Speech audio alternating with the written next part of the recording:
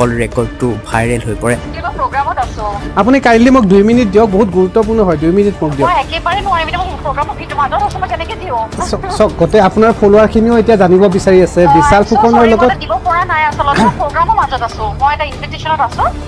কিন্তু ইম্পৰ্টেন্ট কথাটো এনেকুৱা হৈছে এতিয়া বিশাল ফুকনৰ লগত আপোনাৰ নামৰ চৰ্চাত আহি আছে অভিনেত্ৰী সমী বৰাৰ লগত জড়িত থকা এটাৰ পিছত আৰু আন এটা নাম হাঙুৰ খাইছে শেহতীয়াকৈ অভিনেত্ৰী সমী বৰাৰ সৈতে জড়িত এক অপৰাধত কণ্ঠশিল্পী দীপলিনা ডেকাৰো নাম হাঙুৰ খোৱা দেখিবলৈ পোৱা গৈছে বিভিন্ন সংবাদ মাধ্যমত আৰু সামাজিক মাধ্যমত দীপলিনা ডেকাৰ নাম এই কাৰ্যকলাপত বিভিন্ন সামাজিক মাধ্যমত আৰু সংবাদ মাধ্যমত দীপলিনা ডেকাৰ নাম এই অপৰাধমূলক কাৰ্যকলাপত জড়িত থকা তথ্য প্ৰচাৰিত হৈছে এই সন্দৰ্ভত কণ্ঠশিল্পী গৰাকীয়ে নিজৰ স্পষ্টীকৰণ ফেচবুকৰ জৰিয়তে নিজৰ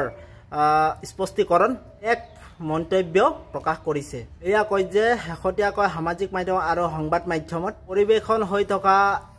এটা বাতৰি মোৰ দৃষ্টিগোচৰ হৈছে অভিযোগ অনুসৰি সম্পূৰ্ণ মিছা আৰু ভুৱা মই কোনো ধৰণৰ বিনিয়োগৰ ইনভেষ্টমেণ্টত জড়িত নহয় আৰু কোনো ধৰণৰ লেনদেনৰ লগত সম্পৰ্ক নাই ভগৱানৰ কৃপাত মই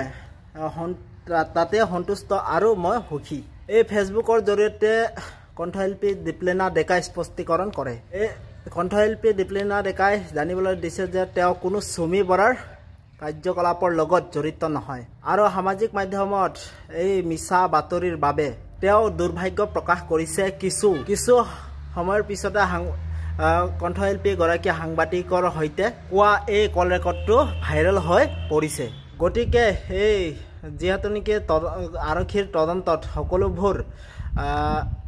পোহৰলৈ আহিব আৰক্ষীয়ে সোনকালে তদন্ত কৰক আৰু সকলো কথাই পোহৰলৈ আহিব কোনে ইনভেষ্টমেণ্ট কৰিছে কোনে কি জড়িত হৈ আছে সমী বৰাৰ লগত সেইটো কাৰণে মই এই ভিডিঅ'টো বনালোঁ আপোনালোকে মোৰ ভিডিঅ'টো যদি চাই ভাল পালে প্লিজ আপোনালোকে লাইক ছাবস্ক্ৰাইব আৰু কমেণ্ট কৰি জনাব তো ঠিক আছে বাই বাই নতুন এটা ভিডিঅ' আপোনালোকক লগ পাম তো বাই